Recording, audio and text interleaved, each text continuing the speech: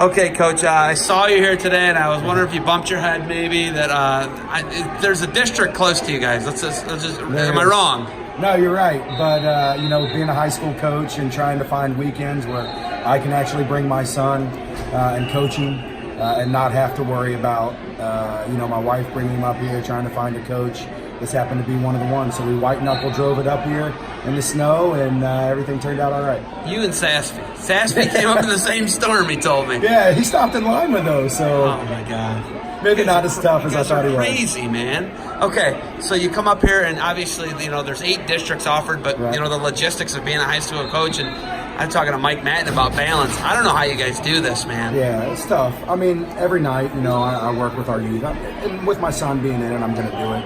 I work with the youth till about 8, so I'm invested in the kids, so I try to find times when I can get to those districts. What do you think, when it comes down to all this time, man, coaching is like, everybody knows you don't go to coaching for money. It's about, right. It's so much time, though. And you're at 3 levels. You're running a youth program. You're running the largest girls program in Ohio. Right. You're running a high school program. Someone's got to do your middle school. Right. How can you possibly balance it all? And then you got to be a dad at the end of the day, too, right? No, you try to find the mix. And, you hear all these coaches on here talk about their wives and how they're bought in and they have to be supportive. And my wife is very supportive and lets me do these things. And, it's something that you do see an end result that is positive for the kids.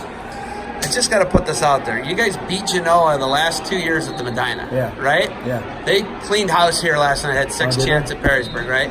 I mean, I don't know if, because you're in Division I, and you're like the small end of schools in Division I. So you guys kind of get slighted a little bit when it comes to credit, but you build a really good program down there. You have state finalists last year, right? Yeah. I mean, you're doing the things, but Division I is nails in Ohio. How are you guys competitive in Division I?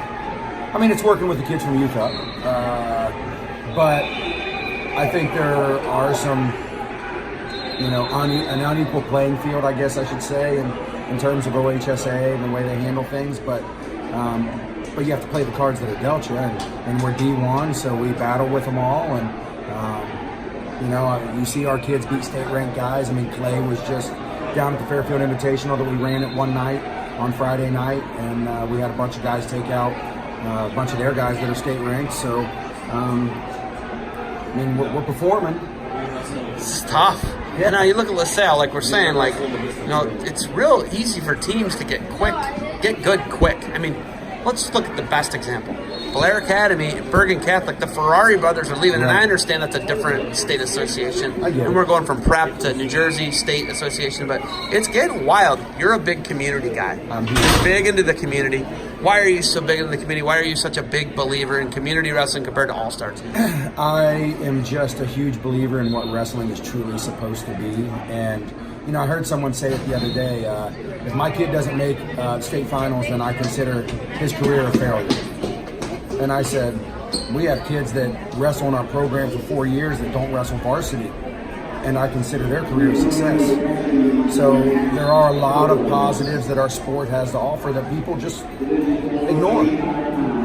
If you talk to that person, tell them next time that they don't get it and they should maybe not be parenting, right? That's crazy. That's insane. That's an insane mentality to me. Yeah, but let's be honest. That's the all-star team mentality. That's why all these kids are going here, there. We try to form the relationships with the kids from the ground up so that they want to stay and wrestle for us. But public school, we're going to have the ebb and flow. We're going to have some highs. We're going to have some lows. But in the end, the kids that come through our program, they know me. I know them. I know their parents. When I see them in the grocery store, they're going to stop and talk to me. So, okay, we talked about the girls program. You had the first OAC state championship for girls was in your gym. Right. Athena Nationals in your gym. Right. What you guys are doing for the girls wrestling, what you do at all levels, it's pretty amazing. You felt like you needed to spend some more time on something, so you started a podcast on top of everything. Yeah. How's the podcast going? It's going pretty good. I'll be honest. Starting it out, I didn't know what the hell I was doing, so you're kind of just flying by the seat of your pants. But Matt Boss got behind me and said, "Hey, we'll help you out with this." And I've gotten to talk to some really cool guys. Jody Strittmatter last week, and and then Michael Kimmer, Dylan Placio's coming on tomorrow. So Are you joking? Are you messing with me? Is he coming down to Cincinnati? Yeah, he's actually in Chagrin Falls tonight. He's in Aurora. Be, doing a clinic for us tomorrow. He's at the high school my kids will go to, Kenston, tonight. And then he'll be on my podcast. We're going to do it in studio. So I cannot I don't wait. know if I'll be able to submit. Run a camera the whole time, please. Run a camera the whole time. But, But I have gotten a lot of feedback. I'm handling it differently. We can all get on there. You and I can get on there and talk about the Fix Siriano match that just happened and break it down and all that kind of stuff. But I think high school coaches want to hear about real situations that go on and real programs and want to hear me ask, Strip Matter or Kimmer how they handled certain situations. And I've gotten a lot of feedback from coaches from Nebraska, Pennsylvania, all these people get in contact with me. It's been pretty cool. Okay. Last thing, are you going to be a fixture in Northeast Ohio? Is your daughter coming to Kent State? What's going on? If I had to lay odds right now, I would say she will be a Golden Flash. So are we going to hang out, get lunch, what's the deal, Although man? I'm not going to lie, you told me about this place that has an X-Wing fighter in the front. Mike's place. Yeah, well, I told our tour guide that, hey, this guy told me Mike's place is the place to go. She goes, yeah, if you like really crappy food.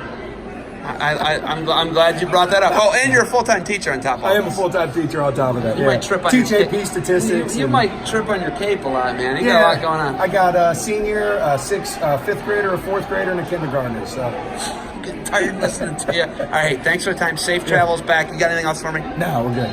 Oh, I can't wait for this place thing to pop off. Oh, I'm pumped. Thanks, man. Yeah.